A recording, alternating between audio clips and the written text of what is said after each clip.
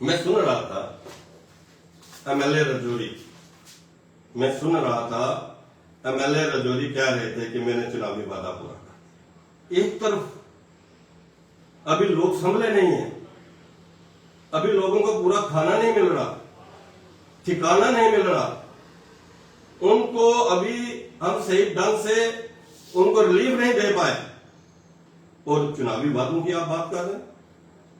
ये भारी बारिश हुई, उस बारिश में डिप्टी कमिश्नर ऑफिस जो है वो डैमेज हो गया। चीफ मिनिस्टर साहब बोल रहे थे कि भाई अगर वहां से उसको जो पोल लगे हैं उनको हम अगर खींच ले तो वो बिल्डिंग गिर जाएगी, इसलिए वो डिप्टी कमिश्नर ऑफिस जो है वो बनने जा रहा है। आप चुनावी वादे की कौन सी बात कर रहे हो? आप चुनावी वादे की क्या इस समय आप चुनावी वादे, ये चुनावी वादा किस ढंग से आप कह रहे थे कि आप देखिए जी मैंने मैनिफेस्टो में रखा था, मैं असेंबली के अंदर बोला, तो असेंबली के अंदर क्या ये बोले थे कि जब फ्लड आएगा, जब बारिश होगी, डिप्टी कमिश्नर ऑफिस गिरने की कगार पे होगा और उसके बाद जो है वहां पर मिनी सेक्रेटरी बनेगा और चुनावी वादा पूरा होगा। सोचना चाहिए आपको, एमएलए साहब सोचना चाहिए। दूसरी बात आपने कही अमृत 2 की, आपने बात कही कि ये भी मेरा वादा।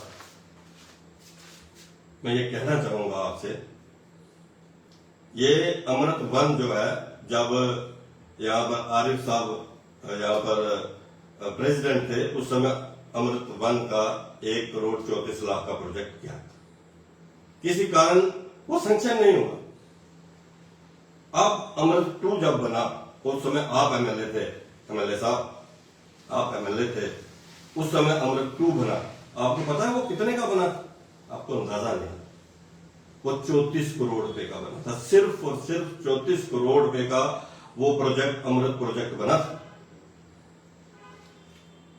मुझे किसी ने इन्फॉर्म कर दिया विभूत जी कि भाई ये 34 करोड़ रुपए का प्रोजेक्ट जम्मू चला गया, और उस समय मुझे लगा कि अगर ये 34 करोड़ रुपए का प्रोजेक्ट सैंक्शन हो गया तो अगले 20-50 साल तो बस शहर के लिए, पानी के लिए कुछ नहीं आने वाला। डिप्टी कमिश्नर रजौरी श्री अभिषेक जी का मैं धन्यवाद करता हूं। मैं उनसे मिला, मैं मिलकर उनको कन्विंस किया, उनको बोला कि अगर ये 34 करोड़ रुपया सैंक्शन हो जाता है तो रजौरी के अंदर पानी की भरपाई पूरी नहीं होगी। ये म्युनिसिपल काउंसिल बहुत बड़ी हो चुकी है, वहां पर हमने ओल्ड टाउन के अंदर और जवाहर नगर के अंदर जो जहां भी पुरानी पाइपें हैं वो बदलनी है। वो 1955 से वो पुरानी पाइपें वहां पर बिछी हुई हैं। डिप्टी कमिश्नर साहब जो है उन्होंने सेक्रेटरीट में फिर बात की, पहले तो वो लोग नहीं माने, उन्होंने कहा ये प्रोजेक्ट वापस नहीं आ सकता, लेकिन डिप्टी कमिश्नर साहब के कोशिशों से वो जो डीपीआर चली गई थी अमृत 2 की, वो वापस आई। फिर दोबारा 1 करोड़ 34 मतलब 134 करोड़ की डीपीआर दोबारा बनी अमृत 2 की। आप तो 34 करोड़ की बनवा कर आप खुश हो गए थे। अगर आपको पता नहीं है तो फिर बहुत गलत बात है। आपको पता होना चाहिए था कि मेरी विधानसभा का जो एक ही टाउन है जिसमें मैं भी रहता हूं, उसकी 34 करोड़ रुपए की डीपीआर चली गई थी।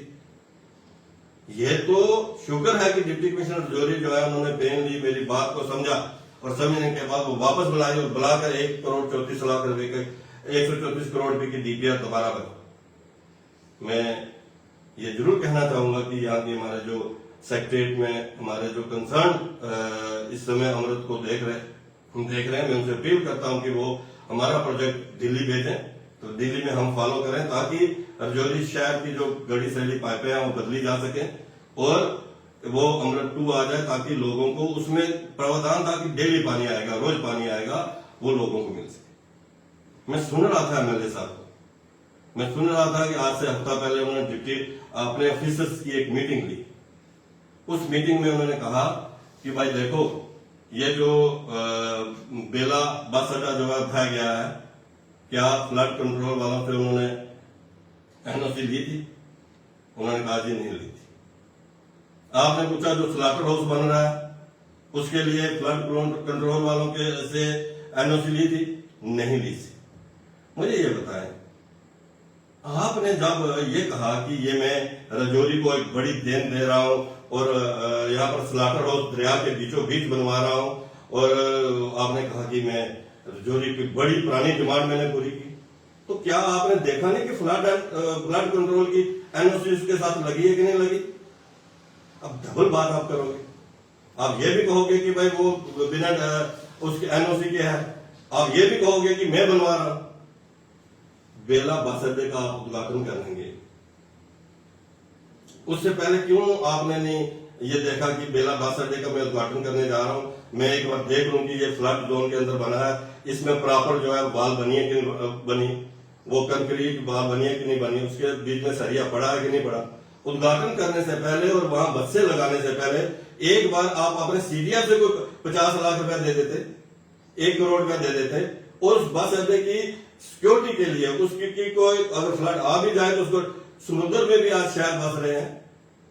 अगर आपने समय रहते उद्घाटन करने से पहले ये सुनिश्चित किया होता कि फ्लड अगर आ भी जाए तो इस बस अड्डे का कुछ नहीं होगा, तो उसके बाद उद्घाटन करते हैं एमएलए साहब, तो ज्यादा बेहतर होता। मैं ये कहना चाहूंगा बड़ी देर के बाद, क्योंकि जब मैं पहले एक बार मैंने प्रेस कॉन्फ्रेंस की तो कुछ साथियों ने मीडिया में लिखा भी और कहा भी कि इनको समय दिया जाए, ये भी नए बने, 2 साल पूरे हो, इन 2 सालों में कोई एक काम जो जिसे हम कहेंगे कि ये गिफ्ट जो है वो स्लॉटर हाउस के छोड़कर कि ये कंप्लीट काम जो है शहर को हमने दे दिया या विधानसभा को दे दिया। मैं बताऊं, ट्राइबल का प्लान बना, ट्राइबल के प्लान में क्या हुआ कि कुछ लोगों ने कोशिश करके अपने काम रखवाए, वो डिप्टी कमिश्नर से मिलकर काम रखवाए, वो एसीडी से मिलकर काम रखवाए, वो ट्राइबल के डायरेक्टर जो है उनसे मिलकर काम रखवाए, वो कहीं चीफ मिनिस्टर से एप्लीकेशन मार करके काम रखवाए। लेकिन जब वो ट्राइबल का प्लान एमएलए रजौरी के पास आया, उन्होंने देखा भाई ये जो मैंने प्लान भेजा था ये इसमें एक्स्ट्रा काम आ गया। होता यह है कि एमएलए को खुश होना चाहिए कि जो मैंने प्लान भेजा वो सारा आ गया है, उसके अलावा ये 3 करोड़ का मेरी विधानसभा में आ गया है। खुश होना चाहिए कि वो 3 करोड़ में जो मैंने भेजा वो तो आया है, लेकिन 3 करोड़ लोगों ने अपने एफर्ट्स के साथ लाया है, खुश होना चाहिए। उन्होंने एक चिट्ठी लिखी, एमएलए रजौरी ने चीफ मिनिस्टर को एक चिट्ठी लिखी, वो मेरे पास है। अगर वो ना करेंगे तो मैं रजौरी में आकर मीडिया के सामने वो चिट्ठी छाया करूंगा। वो मेरे 5 महीने से मेरे पास है। उस चिट्ठी में वो काम के नाम लिखते हैं, वो लिखते हैं कि serial number 120, serial number 125, serial number 302, ये काम जो है ये हमने नहीं रखवाए, ये काट देने चाहिए चीफ मिनिस्टर साहब। कोई भी काम हमारी मर्जी के बिना नहीं आना चाहिए, आम जनता जाए बाढ़ में, और वो काम कटे, सारे के सारे कटे। वो 3 करोड़ रुपए के काम थे ट्राइबल प्लान में, जो इनके प्लान के एक्स्ट्रा जो लोगों ने अपने एफर्ट्स के हाल लाए, वो 3 करोड़ रुपया विधानसभा से गायब हो गई, वो कट गए। वो चिट्ठी है मेरे पास। एक बार मीडिया में ये एमएलए साहब कह दें कि ऐसी मेरी कोई चिट्ठी नहीं है, वो चिट्ठी लेकर मैं ग्राम सभा हुई। इतनी ज्यादती कि आपने ग्राम सभा का एक काम अपनी विधानसभा में नहीं आने दिया, किसी पंचायत का ग्राम सभा का काम आपने नहीं आने दिया। ठीक है कि गवर्नमेंट से आपने एक ऑर्डर करवाया कि भाई with the consultation of honourable MLA जो है वो ग्राम सभा होनी चाहिए, वो ये हमारा कैपेक्स का बजट जो है वो पंचायत का बनना चाहिए। कुछ तो आप छोड़ देते वहां के लोकल लोगों के लिए, कुछ तो छोड़ देते कि भाई जिन लोगों ने आपको वोट नहीं दिए उनके लिए छोड़ देते, लेकिन नहीं, एक काम आपने ग्राम सभा का जो है वो नहीं आने दी। कितनी ज्यादती है एमएलए साहब। फिर बड़ी बात, सीडी पंचायत, सीडी पंचायत जो rural videos ACD director rural development या कमीशन सेक्रेटरी जो है हमारे जो है आरडीडी के, और उसके अलावा डिप्टी कमिश्नर रजौरी, इन लोगों को सीडी का पैसा मिलता था कि भाई ये लोग फील्ड में रहते हैं तो जहां जिसकी जरूरत है वो काम हो। सीडी पंचायत का प्लान भी आपने दिया, और आपने दे दिया, कोई बात, लेकिन जैसे ट्राइबल में हुआ वैसे ही सीडी पंचायत में भी कुछ लोगों ने कोशिश करके अपने काम रखवा दिए। आप रूरल डेवलपमेंट के जो हमारे मिनिस्टर हैं उनके पास चले गए, और आपने, मैं उन गांव के नाम नहीं लेना चाहूंगा जो नाम अभी आपने मिनिस्टर को बोले, वहां हमारे लोग भी बैठे हुए थे। आपने कहा कि उन गांव के काम आ गए, वो तो बीजेपी के गांव, वो कैसे आ गए? और आपकी कोशिश है, अभी वो प्लान बाहर नहीं आया है, आपकी कोशिश है कि वो काम जो आपकी मर्जी के बिना सीधी पंचायत के आया वो भी काटे। मैं आम रजौरी की जनता से, रजौरी विधानसभा की जनता से जरूर कहना चाहूंगा कि वो लोग जो लोग हमेशा ये कहते थे कि भाई काम करने नहीं दिया जाता, वो काम करने चाहते हैं, काम करने नहीं दिया जाता। 2 वर्ष हो गए सड़कों की हालत देखो। मुझे तो डर है कि जो चीफ मिनिस्टर अभी आएंगे नहीं आएंगे रुपये में कह नहीं सकता, लेकिन वो कह के गए हैं कि मैं 100 हैंडपंप जो है हर विधानसभा में लूंगा। मैं चीफ मिनिस्टर साहब को कहना चाहूंगा कि वो डिप्टी कमिश्नर राजौरी जो है उनके डिस्पोजल पर होना चाहिए।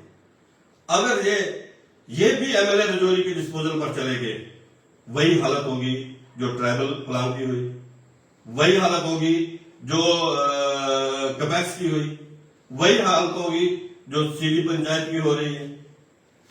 और उसके बाद मैं ये कहना चाहूंगा कि ताकि डिप्टी कमिश्नर वहां वो लगाए जहां जरूरत है, उनको वो सबको लेकर चलेंगे, वो जरूरत पूरी करें। साथियों, इतना बड़ा फ्लड है, किस लिए होता है सीडीएफ? किस लिए होता है? सीडीएफ का 1 रुपया एमएलए राजौरी ने नहीं दिया। सिंगल पैनी सीडीएफ की एमएलए राजौरी ने जो है राजौरी विधानसभा के लोगों के लिए अनाउंस नहीं कर देते। 2 करोड़ रुपया डिप्टी कमिश्नर राजौरी के डिस्पोजल के ऊपर, अभिषेक जी ये आप रखिए 2 करोड़ रुपया, जहां जरूरत है वहां लगाए। देखिए कि भाई किन घरों में कितना नुकसान हुआ है, किन दुकानों में कितना नुकसान हुआ है, इंफ्रास्ट्रक्चर का कितना नुकसान हुआ है, ट्रांसफार्मर कितने खत्म हो गए, कौन कौन से हमारे बोर खत्म हो गए, कौन कौन से पंप स्टेशन जो है वो खत्म हो गए।